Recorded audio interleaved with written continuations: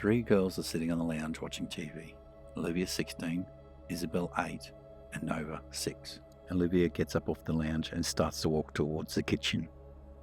Would anyone like a drink? Isabel replies, No, thank you. Nova says, No. When will Mum and Dad be home? They won't be long. They've just gone out for a bit.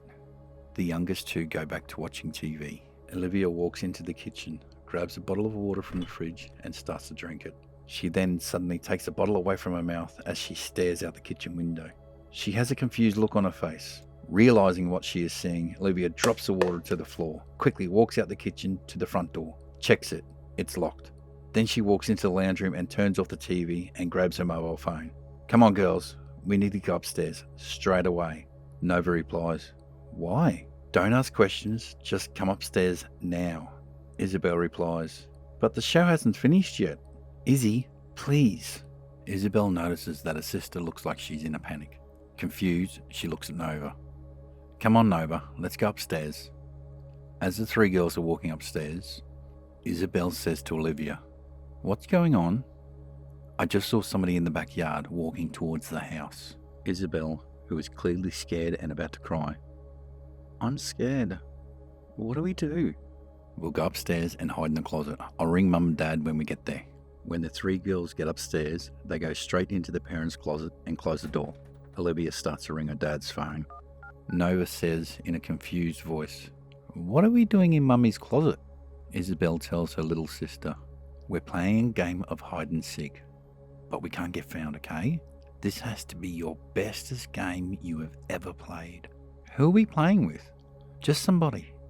Remember, we can't be found, okay? Nova nods. While talking on the phone, Olivia whispers, Mum, come home now, please. There's someone near the house. They're wearing something over their face. Just then, a loud bang can be heard inside the house. The three girls all jump in fright. Olivia continues, Mum, please, come home now. I think someone just broke in the house.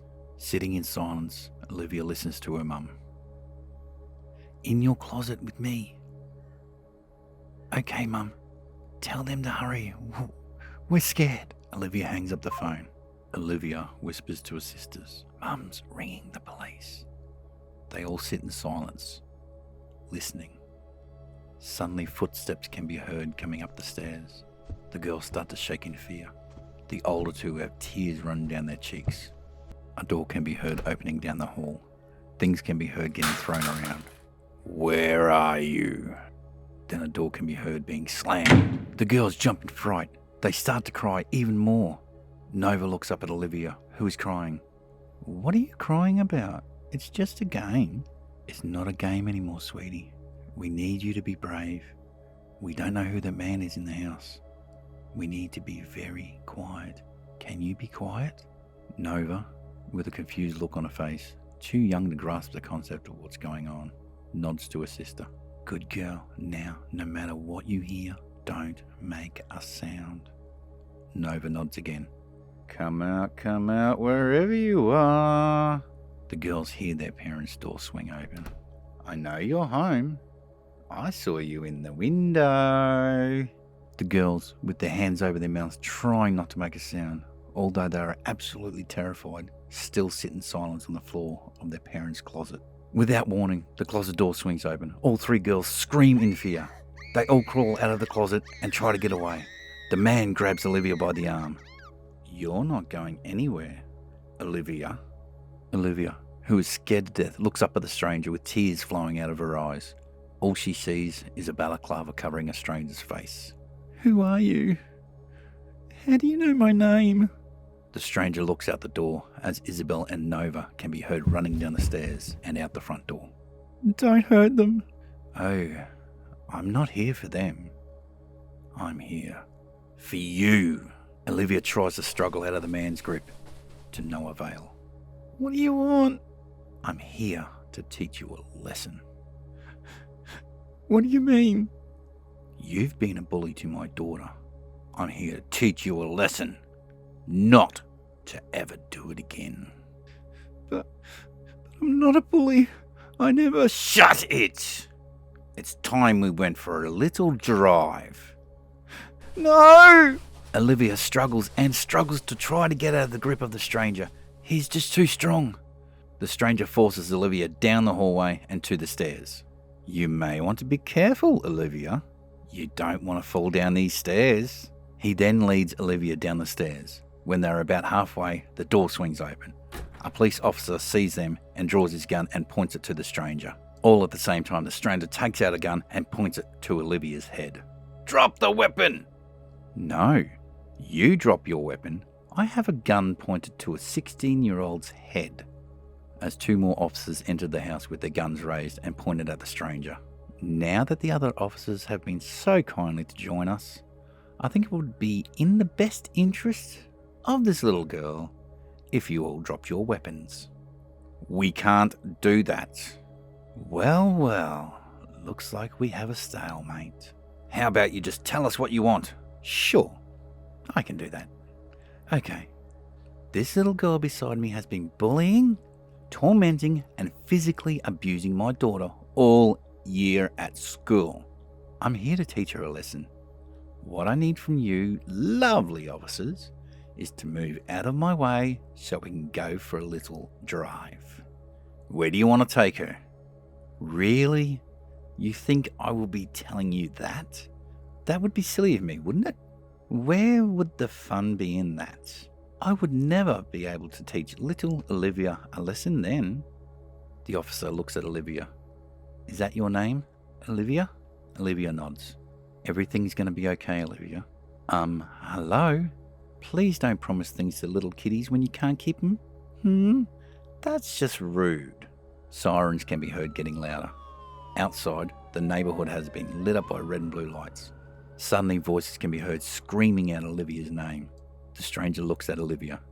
Is that your mummy and daddy? Maybe we should teach them a lesson too. Maybe teach them how not to raise a little brat that bullies other kiddies. The officer raises his voice. That's enough. Why don't you take the balaclava off so I can see who I'm talking to? The stranger thinks about it. Sure, why not? You'll find out soon enough. Why not now?